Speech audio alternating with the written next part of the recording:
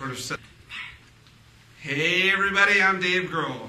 I sing and play guitar in the Foo Fighters. Used to play drums. And when I first started playing drums, I didn't take lessons from anyone. I just listened to records. That's how I learned to play drums. I didn't use a drum set. I set up pillows on my bed, and I sort of set them.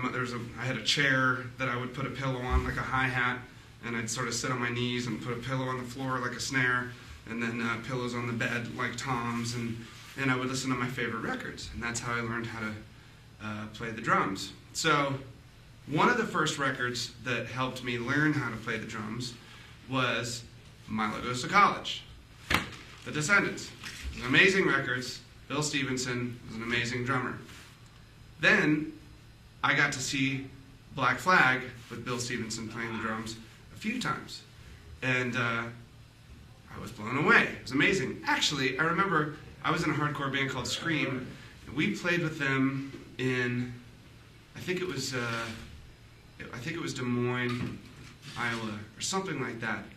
And he was like my hero. He was just he was like my drumming idol hero guy.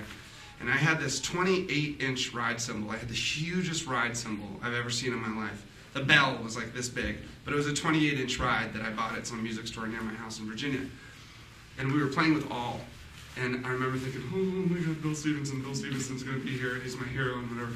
And we were sound checking, and I saw him walking around. I'm like, holy shit, there's fucking Bill Stevenson. And after sound check, I was avoiding him because I was scared of him, and he was my hero.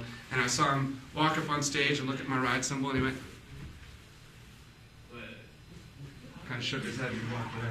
And that was it.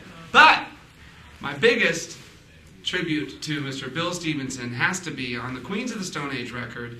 There's a song called Song for the Dead. And the riff is a lot like Slip It In. And I was a huge Black Flag fan.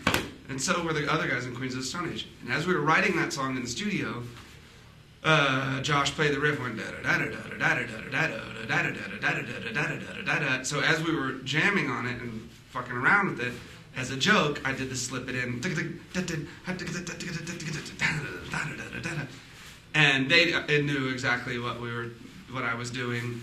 And when we went to record it, they're like, dude, do that. Do the Slip It In thing. I'm like, oh no, I can't do that. There's no way. And they said, do it, you should do it.